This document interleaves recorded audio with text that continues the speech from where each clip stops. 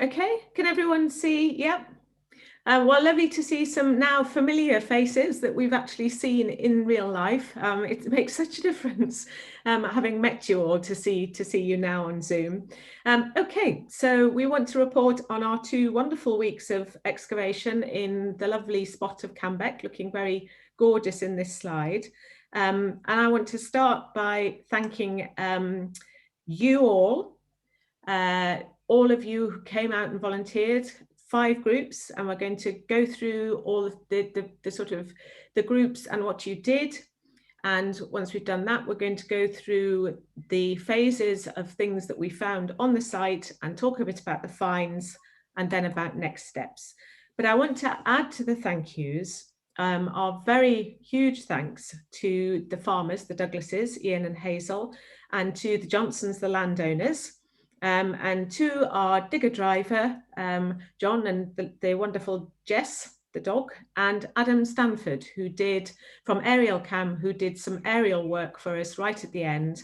And we'll show you some of the results. They're just beginning to come in from him at the end of the presentation. Okay, thank you. If you go on to the first slide, and I'll start with the heroic group 1, who thought they were coming to site to deturf everything by hand and started off doing that, and then were saved by the farmer Ian, who came across, looked at us as if we were bonkers and said, why don't you do that with the machine? So we did, and there's Jess the dog, who most of the time was sat in the cab directing operations, guarding the terram, and we took the turf off with the digger and took off the topsoil as well, using the digger. And then group 1 did the traditional trawler's line to take down the disturbed upper layers off the archaeology and to reveal various shades of brown, reddy brown, and various more stony and less stony areas, which over the 2 weeks began cohered into something that we think we now understand. And you can see the other thing that happened on that day, which is that we very quickly went ahead and decided to do an extension because we found the big stone, which you can see sitting there in the sort of center. There we go. Thank you, Kathryn. And we actually, at the final, in the final day, we took that stone out with the digger, and we'll show you what materialized when we did that. It wasn't my crouched burial, which was the dream that I had. When we lifted it, there was an inhumation under it. There wasn't that, but we'll show you that later. But there was also quite a lot of charcoal, and I don't know, a bit of a hunch, let's put in an extension. And as you will see, we were very glad we did. But the work that group 1 did set things going and got us very clear about the various areas that we were dealing with.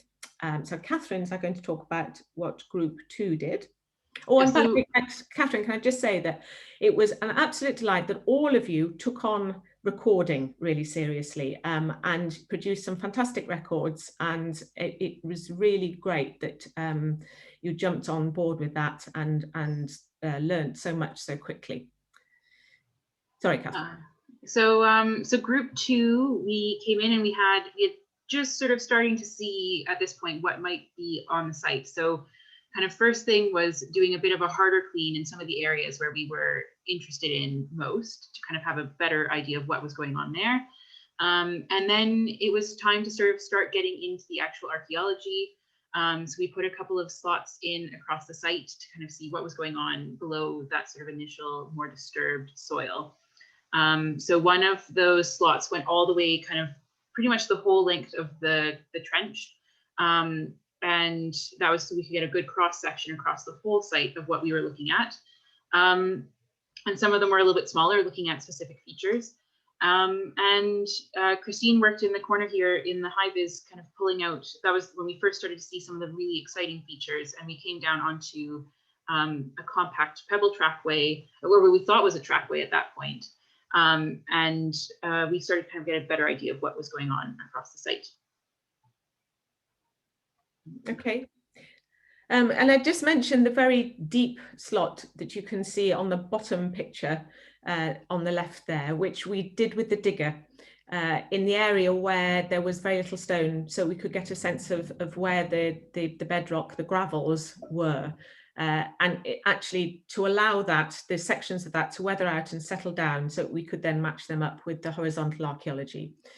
And it was at this stage that we began to realise we had something more in the trenches than simply a very slight survival of the rubble from the wall.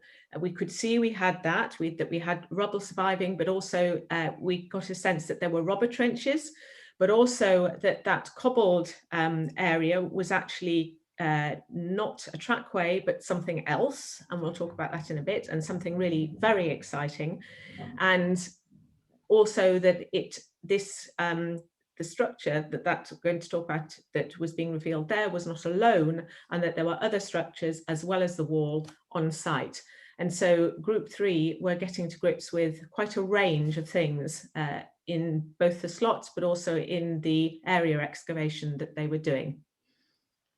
We also got into a little bit more serious recording at this point as well, and had total station out and the dumpy level, and we're kind of really trying to get to grips with what we were recording on site. Yeah, and I'd like to say that the other thing that you all managed very well was sort of clicking in with everything from setting up the trench grid by Pythagoras theorem, because we didn't have the GPS working under the trees, but also mixing the dumpy level, which is a very basic theodolite and measuring the height above sea level, and the total station. So mixing and matching to ensure that we could get all the data we needed for the context sheets that you were all tackling. Okay. And then group 4 was our last group that did the main kind of excavation across the site. And this was really, really important work to kind of just so we could get those final answers that we needed out of the archaeology, and really start to piece everything together. So this is when we kind of discovered that our trackway was in fact a building, and that we had another building across the site and some other structures. Ian was also out. You can see him there in the center at the bottom, getting his geological samples from various stones across the site and around the site as well. And he's been doing a video series of sort of all about Cambeck. We've been posting those on Twitter if you're interested. But this was really good. We got to the site to a really good point at the end of group 4, so that we could close it up with a good idea of what was going on. And then there was heroic group 5, who did the cleaning of the entire site for the aerial photographs, while I was doing the final site drawing. And they did that, and then seconds later we were rolling Teram. You can see the black permeable membrane that we've put down over the site before it was filled in, and that is so that we can go back, because it's fair to say that this is definitely a site that will need returning to, and we hope we'll be able to do that before too long. But the other thing that we did before putting the Teram down was lift up the stone, and you can see that when we took it out, it is really very big.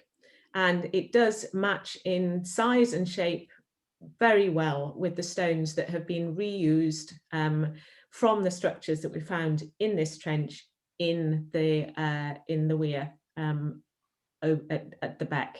So that was really great to see, and it's got tooling marks on it. And there wasn't anything else associated with it. So obviously the people who demolished the bridge structures very kindly left us one behind, just so that we could make the connection, for which we're very grateful. It doesn't usually happen. We suspect there's one more actually, which is just disappearing into the bulk of the extension. Okay. And if you want to see this, it's now sitting in the north ditch, just north of the site. So it's out in the open now, and just so we can, because the farmer didn't want it left in the field, which is understandable. So yeah, if you're curious. we trundled it across and gently laid it in the north ditch, so it's sitting there now. We thought that perhaps putting it in the Haravan might be a bit off. Okay, Kathryn, do you want to? And then one of the other things that we did sort of very last minute was field walk the site, field on the west side of the beck. And there'll be an aerial photo of this in just a few minutes. But they actually plowed this while we were out digging. And so as Jane and I were walking from where we were parking our bikes to site every morning, we were noticing that there is a line of stones running across the field that looked very much like the core material that we were digging up on our side. And we thought, we should probably walk across that and see what we can find. So we had a few volunteers who came back to help us with that, which was fantastic. And we haven't quite kind of got to grips with everything that was found yet, so that still needs to get sorted through, but it was really good that we've got it done, and we have that information now. So just to give you, now that we've kind of done the overview of sort of the highlights of what was going on, just to give you some insight into exactly where we were if you weren't on site. So Cambeck, this is about 5 kilometers north of Brampton, and the site that we were digging at is here, just on the east side of the river, and it's quite an interesting spot to be working, because we're right between a known turret and the next mile castle, and the fort is just to the south of the site. But rather than building this fort right along the wall, it was built up on the ridge, so it can look, it's got good views to the north and to the south. So that's here in orange. And this is now under the walled garden for the Castlestead's house, but it does survive quite well underneath the garden.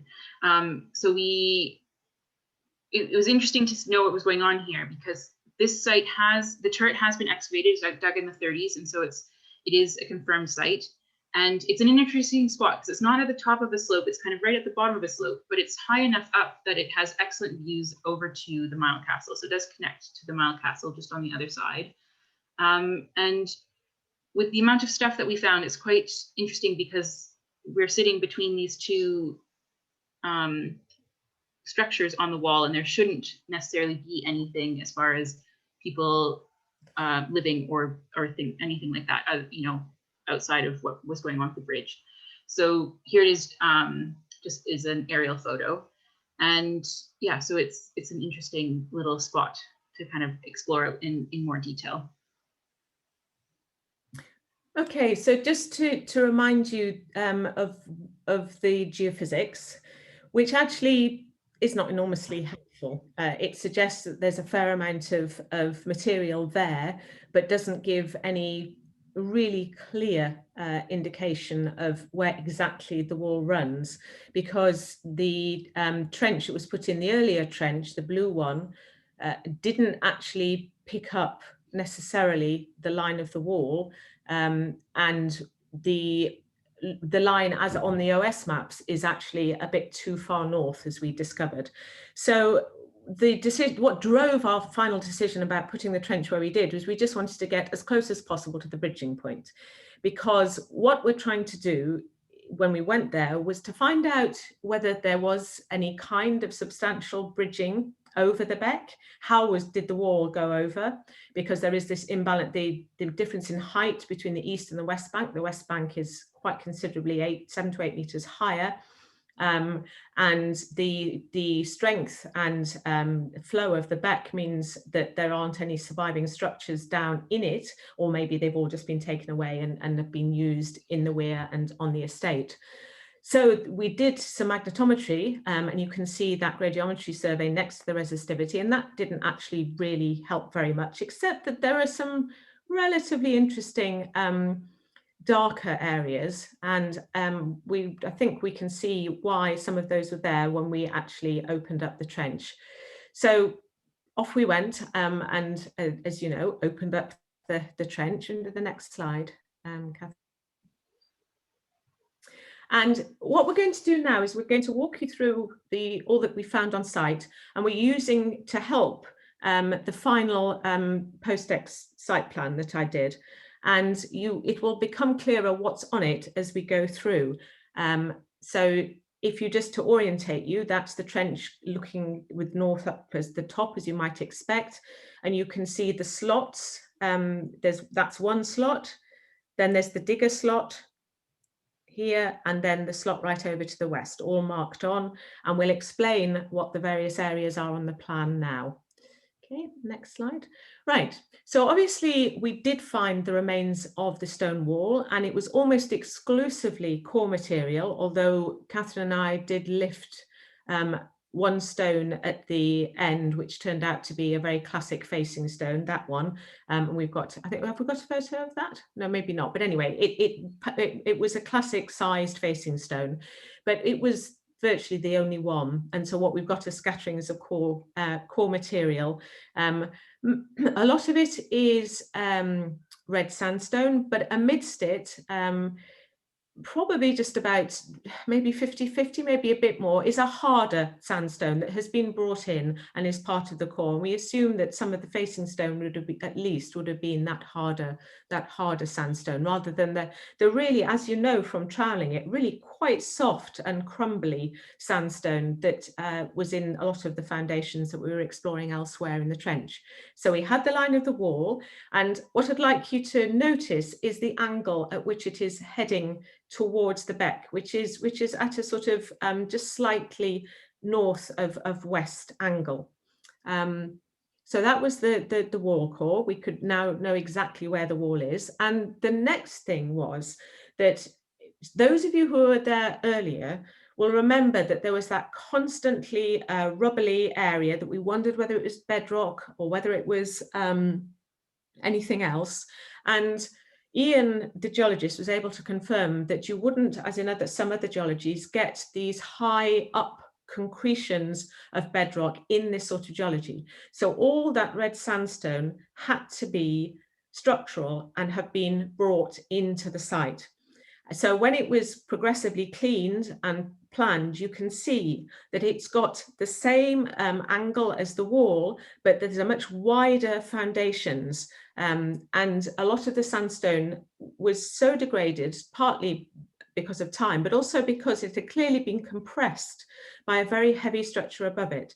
So our suggestion is that this is the foundations for some kind of ramp or stair approach up to the bridge, so that they're actually taking the bridge up higher on the east bank to approach the west bank level, rather than, say, taking it out from the east bank and having some sort of stairs incorporated on the other side. So we think it went up on this side. And the more that was cleaned and the more that people investigated it, the more it was the shape of it and its edges were clear and apparent. And that's what you can see depicted on the plan. Okay, next slide. And then the other aspect was that you can see the, Kathryn, could you just show the robber trenches on either side of the wall? Oh yeah, that's here. Either side of the wall, there were these clear areas. It was particularly obvious to the south of the remaining wall core. There were the robber trenches where the facing stones had been taken out. And there was also this rubble area, which a number of people worked on, very compacted rubble foundations. And actually, as we cleaned up around it, that also has a robber trench around it. So our suggestion is that this is a structure that holds up as the ramp approaches. This is the tower that supports the first straight bit of the bridging. So you can see it's actually quite a reasonably wide, 4-meter wide bridge as it heads off across over the gorge. And we actually then, are you doing this one, Kathryn, or me? Go ahead. Okay, so we actually then put a slot into that area as part of the long slot we were running across the trench. And what we found was that those tightly packed cobble foundations for the support tower for the bridge had preserved beneath it staining and turf remains from the turf wall. And that was very exciting to find. And we took samples from it, and we think that possibly we found bits of it just north of the stone wall as well, and that would make it about the right width. So that was a very exciting thing to find. So we found bits of the turf wall and then the stone structures that were created to take the wall over the beck later. What we don't know is how the bridging for the turf wall worked. Okay. Right, Kathryn, do you want to take over on this? So then in this southwest corner of the site, this is, well, this is where we thought we initially had what we thought was a trackway. And that was because we had this nice compact pebble surface appearing on this side of the bulk. And I just picked it up on the other side in the extension. And it was running in the right direction, that it was heading up sort of towards the fort. That was kind of our initial thoughts. But it was literally on the last day that we picked up the corner of what is actually a building. And so this is a line of sort of slightly more substantial stones, quite compact. And it was very clear that we had the corner of the building running across and over this way, and actually ends up having been robbed out in the Roman period. So we've got multiple phases of robbing of this site for the stone. So that it's definitely a building. And in the corner, it was so we initially did this first extension, and then there was some stuff in this section when we did that first extension, and we added this extra little bit. And it was very good that we did that, because in that corner was a hearth that was been built into that pebble surface, and very well used. Lots and lots of charcoal burning. You can see it's very clear in this section that this is, you know, very nice stone lined hearth or oven. So we've got samples from this. We're going to get that tested as well. And the other thing is we found lots of pottery in association with this area, and we've got some pictures of that coming up. But that was just really interesting to see. So this is all things that we weren't expecting to find, and you wouldn't expect them to be necessarily having buildings that they were living in this location, because the turret's so close and Mile Castle and the fort are all very close. So there's definitely some interesting activity happening at this point along the wall. Okay, so I mean, what was even more exciting, and not only have we found the wall and some bridging structures and the turf wall, but also this really nicely built first building with its double-faced stone wall foundations, its beautifully made pebble floor, and its hearth or oven. I suspect it probably was an oven. It was so nicely built, perhaps with a domed top, which had obviously been lost to it when it was demolished. But that had been demolished, and enough time had passed for a new soil, which was this light peach-coloured sandy soil, you'll all remember, flecked with charcoal, that had built up over that first building. And the pottery that Kathryn will talk about in a little bit seemed all to be Hadrianic. So we might associate this building with the initial stages of perhaps the construction of the stone wall. We'll wait and see, because we should be able to get radiocarbon dating. We've got stratigraphic sequences, and we should be able to do some good dating with that, especially we've got the lovely hearth and other burnt material in other parts of the trench. And we were just really glad that one corner of that had survived while the rest of the stone wall had been robbed out.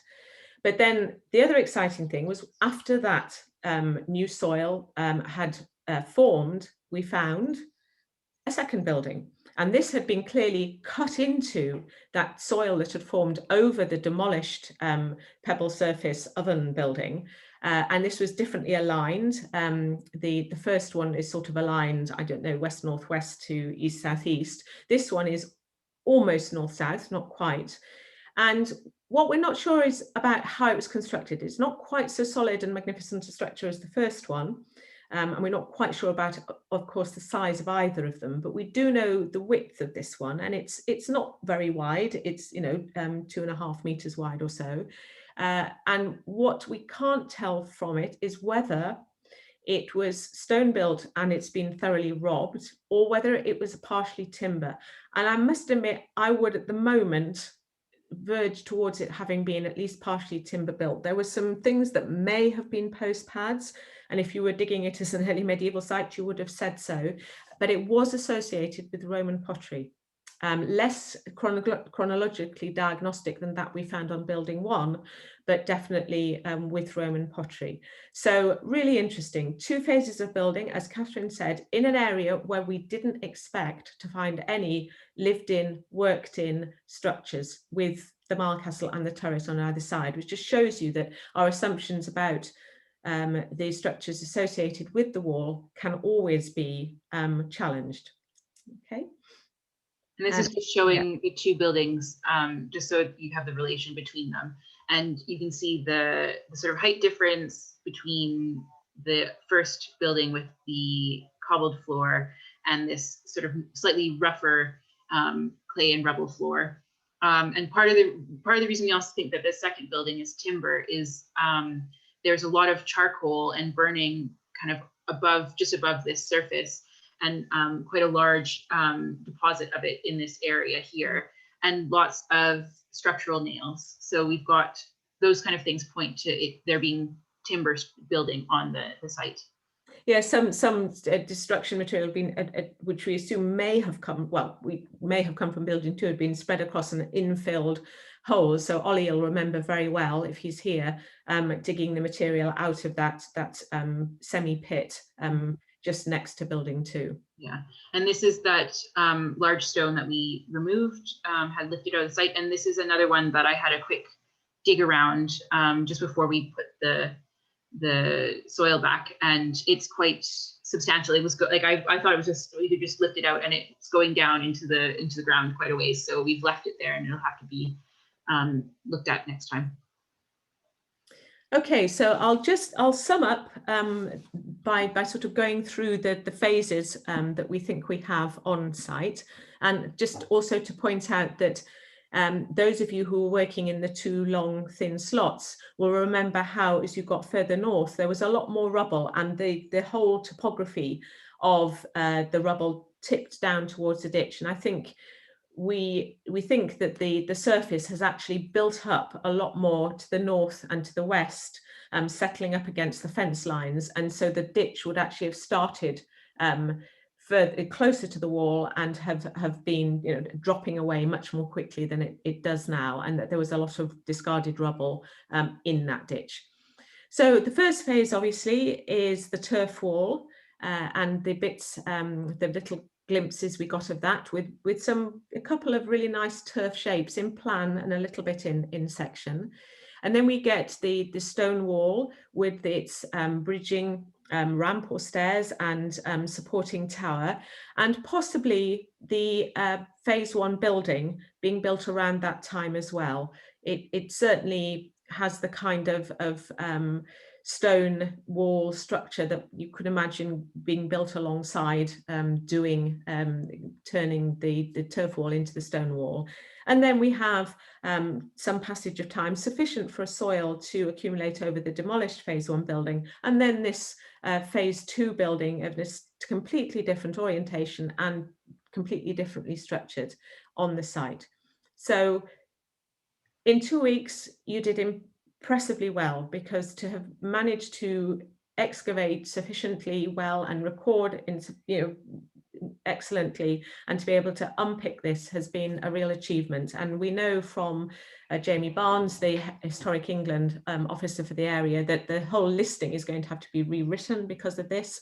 And obviously it'll give some information about the management of the site. It also overturns some of assumptions about structures on the wall. So it's going to be an ongoing and very interesting site. I think it's fines now, is it, Kathryn? Or is it our video? Quickly first.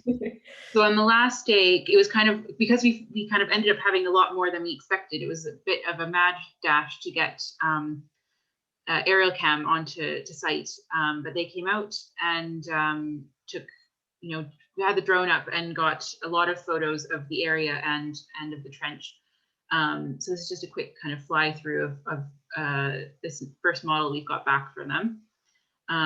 But it's going to be quite nice to see everything once we've got them all back. So it's just a quick little fly through, and then this is just a still from that. And just to kind of highlight, you can see quite clearly in this. So this is the field that we field walked, and it's quite an odd little shape. They plowed it so they could plant millet or maize or something for the pheasants that the estate raises.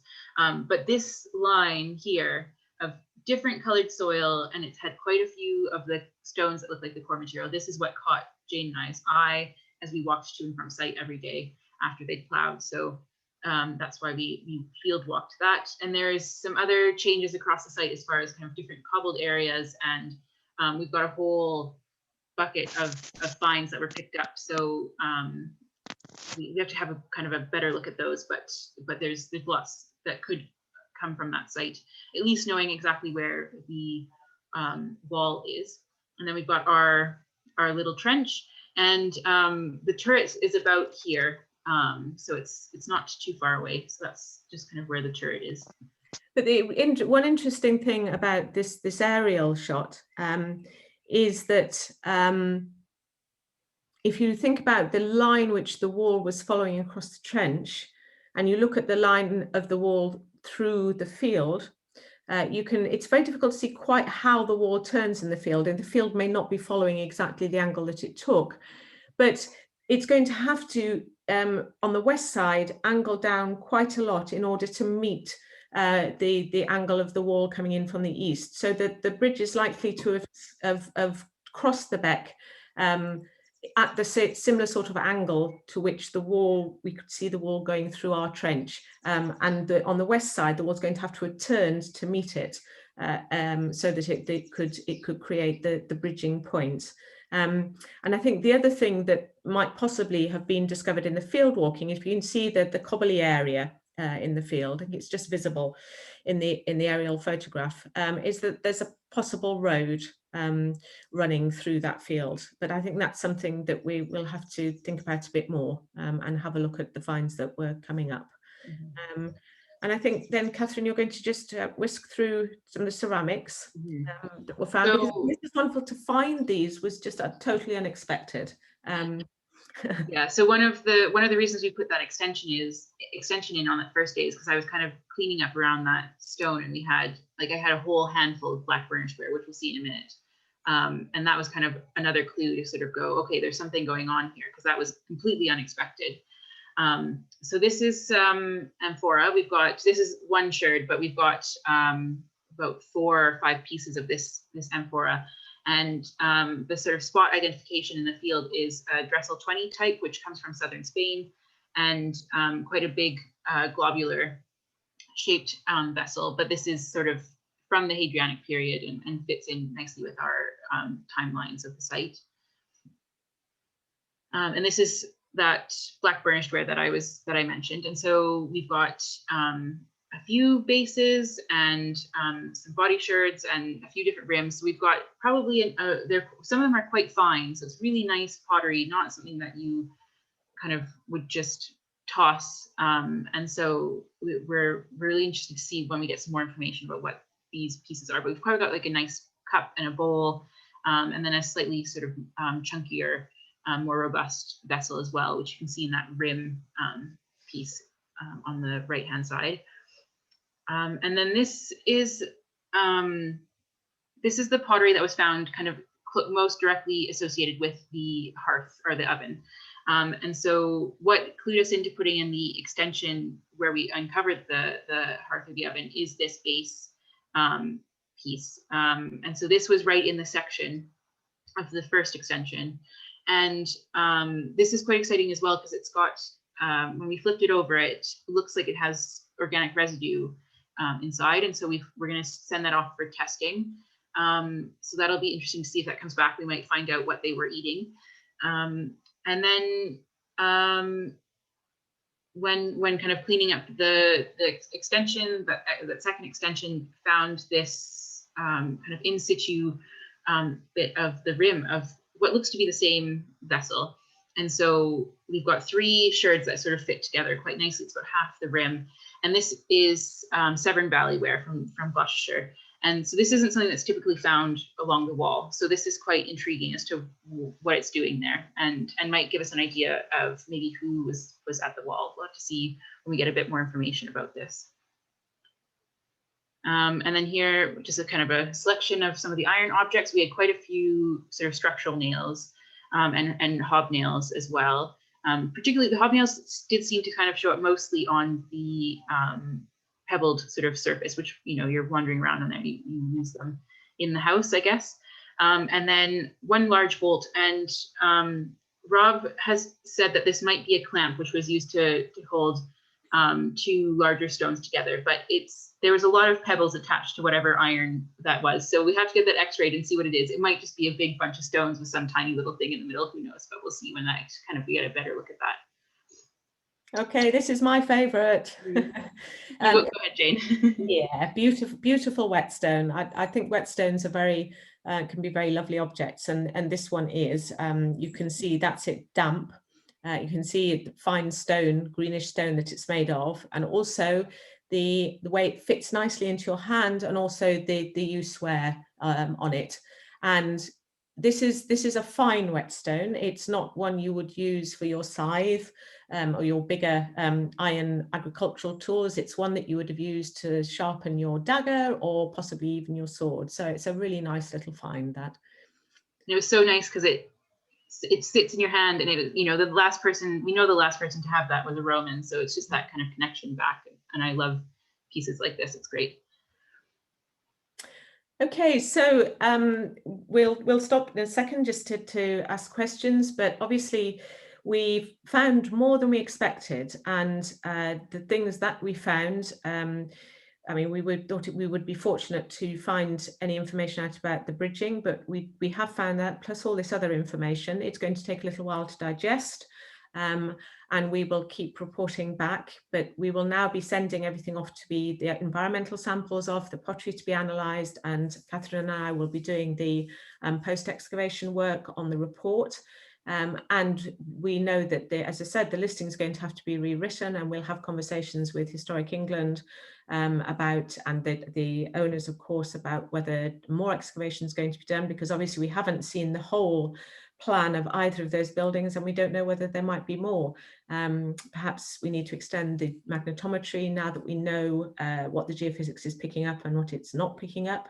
So there are a few things to think about, but I think for the moment that's all we want to say. So we can go on to questions now.